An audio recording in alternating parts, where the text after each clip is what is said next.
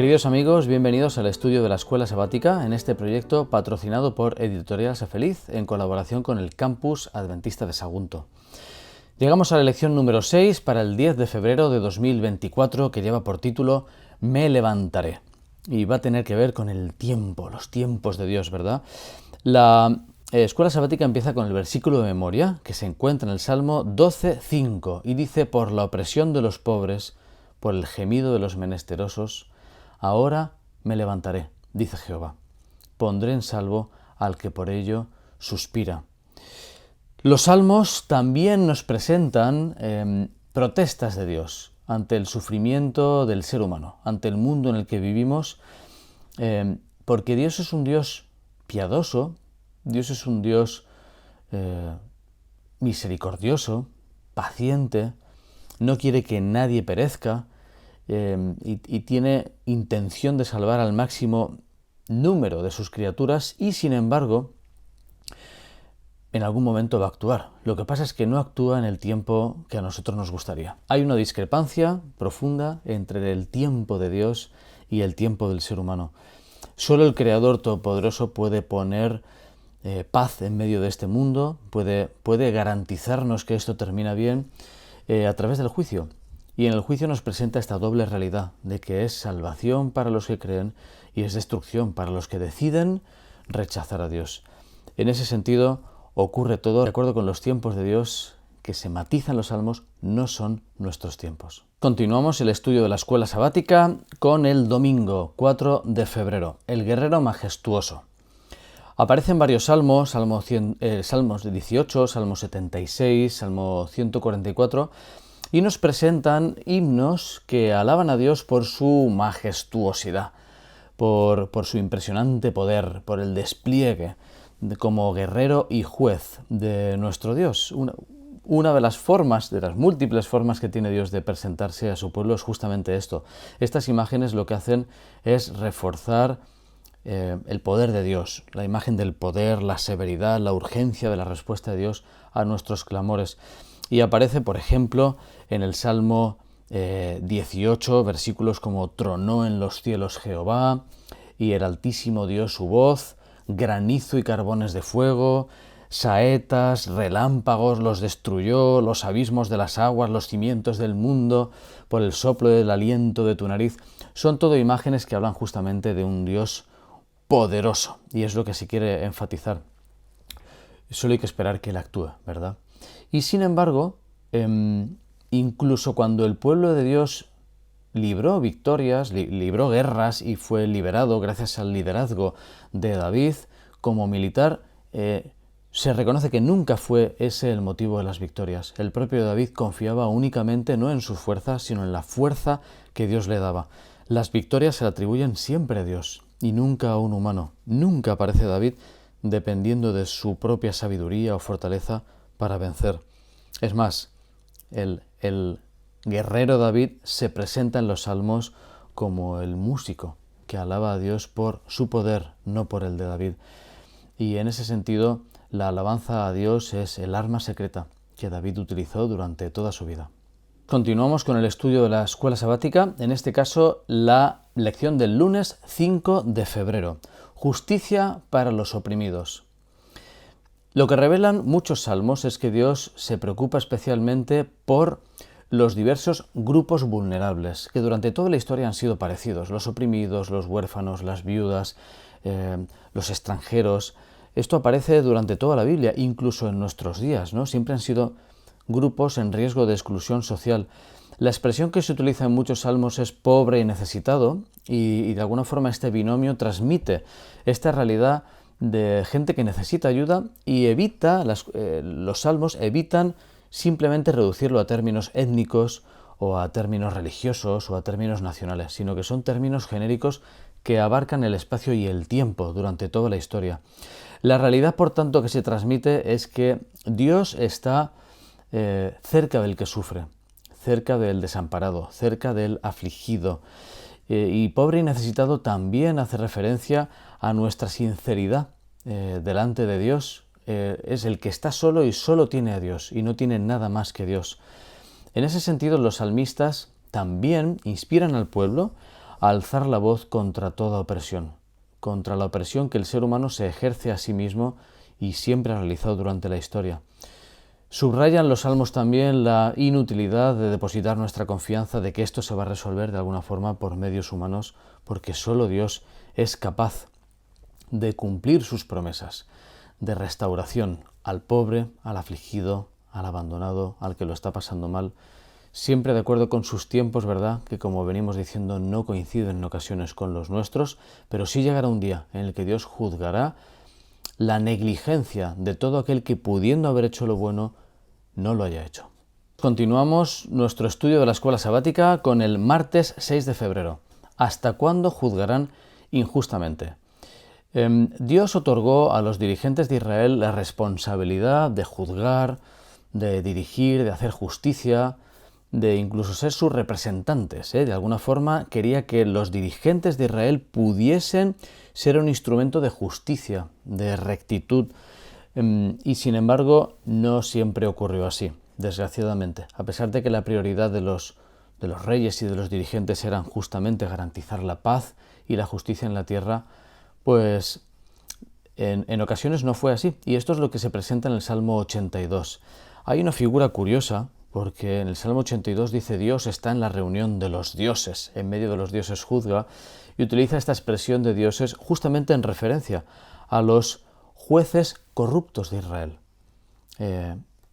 Todo el Salmo presenta justamente esta realidad, les presenta como dioses a estos líderes, y aunque las Escrituras presentan que únicamente Dios es Dios, no hay otros dioses, no existen, utiliza esta figura para ridiculizar la imagen de los que se creían dioses, de los que se creían tan poderosos que podían dirigir, que podían hacer a su antojo, y sin embargo no emplean ese poder, esa autoridad, como dirigentes para hacer el bien, sino para hacer el mal. Por eso Dios reniega de estos líderes perversos. Y nos presenta la realidad de que Dios juzgará al mundo entero, también al pueblo de Dios, pero juzgará al mundo entero y finalmente hará justicia contra los que hayan hecho la injusticia que Dios odia y que ellos realizaron por su cuenta. Continuamos con el estudio de la lección. Vamos al miércoles 7 de febrero, que lleva por título Derrama sobre ellos tu ira. Nos invita a analizar los salmos 58, 69, 83, 94, 137, que presentan esta realidad del que clama por venganza. De alguna forma, estos salmos presentan a salmistas que suplican a Dios que haya una venganza, que haya una vindicación, que Dios se vengue de aquellos que hacen daño a su pueblo. Se nos presenta en la escuela sabática este dilema, ¿no? De cómo encajar estos salmos que claman al cielo pidiendo venganza, pidiendo que Dios destruya a los malos, con el principio bíblico de amor a los semejantes. Y una posible solución es que el salmista presenta en toda su crudeza la emoción que siente ante el mal. Es ese sentimiento de injusticia, esa necesidad de retribución divina. Es casi algo innato que surge en el ser humano, decir, alguien tiene que hacer justicia porque siento que algo está mal, ¿no? Ante el que oprime, el malvado, el que causa sufrimiento. Lo interesante, y es un matiz muy importante, es que no se propone el propio salmista como el que se va a vengar, sino que se deja la venganza a Jehová.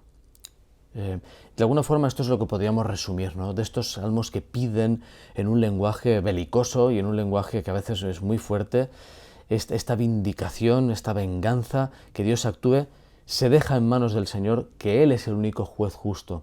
Así que podríamos tomar estos salmos justamente como indicadores de la indignación que siente el salmista por el mal, ese deseo de justicia que humanamente surge así, en un sentimiento pues que no coincide con el sentimiento de Dios, porque Dios nunca desea el mal, pero el ser humano lo pide así, clama a Dios, pero en el último momento deja a Dios la venganza para que Él actúe de una forma justa, que Él es el único que puede hacer justicia. Aparece en este versículo la realidad de que en el Salmo 116:15, estimada es a los ojos de Jehová la muerte de sus santos, Dios no minimiza el mal, Dios no minimiza el sufrimiento, y los salmistas tampoco, y lo presentan en toda su crudeza, pero sí que confían en que al final Dios hará justicia. Continuamos con el estudio de la lección del jueves 8 de febrero, que lleva por título El juicio del Señor y el santuario. El juicio del Señor siempre ha estado estrechamente vinculado con el santuario en la teología bíblica, porque el santuario fue designado justamente como el lugar donde el juicio divino tenía lugar. En ese sentido, muchos salmos presentan a Dios en su santuario, desde el cual el Señor juzga y hace justicia. Nosotros sabemos que en el santuario se representaba todo el plan de salvación y representa como una maqueta justamente de el plan de salvación completo, desde el origen hasta la vindicación final de los justos y la purificación del santuario. Y eso representa matices importantes respecto al paganismo, por ejemplo. En la cultura y la teología pagana, el mal era como una mancha que debía eliminarse mediante ritos físicos, y se desvirtuó todo el sistema de sacrificios mediante el paganismo porque perdieron de vista la realidad de un Dios que Él mismo ofrece a la víctima, y que esa víctima es la que restaura la relación entre Dios y los seres humanos. Sí que es importante señalar, como menciona la escuela sabática, la realidad de la importancia que Dios le otorga a la justicia, a la pureza. Las implicaciones prácticas justamente de que el santuario sea el lugar de juicio tienen que ver con la constante consciencia, ser conscientes de lo que representa la pureza que Dios pide a todos nosotros. Lo interesante del plan de salvación es que Dios pide pureza y Él mismo la ofrece. Y esto cierra teológicamente la realidad de un santuario donde ocurre el juicio, y ese juicio vindica a las víctimas, vindica a nosotros, nos vindica a todos los que de alguna forma confesamos nuestros pecados y permitimos que Jesús, sumo sacerdote, es el que finalmente purifique el santuario, purifique nuestras vidas y purifique del mal todo el universo hasta que podamos respirar de nuevo la atmósfera del cielo. Queridos amigos, compartimos ya la última lección del viernes, que resume de alguna forma lo que hemos visto esta semana, y donde se presenta que muchos salmos son en realidad protestas ante el mal, ante el sufrimiento y ante la parálisis de la justicia humana, que no es capaz de resolver básicamente nada. No están los salmos motivados por un deseo profundo de venganza, sino que claman contra la injusticia, claman contra el opresor, pidiendo justamente que se produzca ese acto de justicia que Dios tiene que realizar y ninguno más. Sí que invitan a levantar la voz ante la opresión, la voz ante la injusticia, y nos da la seguridad y el consuelo de que finalmente el Señor se levantará. El Señor se levantará, y esa promesa de alguna forma permite descansar en medio de un mundo de sufrimiento y de injusticia. Y ya adelantó Jesús que en el mundo habría aflicción, y lo vemos en la historia. Desde Abel, ¿verdad?, el primer mártir, Enoc, por ejemplo, caminó con Dios y nadie lo supo. Noé fue ridiculizado durante toda su vida, y así un largo número de personas durante toda la historia que sufrieron en propias carnes la opresión de un mundo de pecado, y todos ellos de alguna forma compartían la misma esperanza de que un día el Señor se levantará y hará justicia. Que esta esperanza nos sostenga.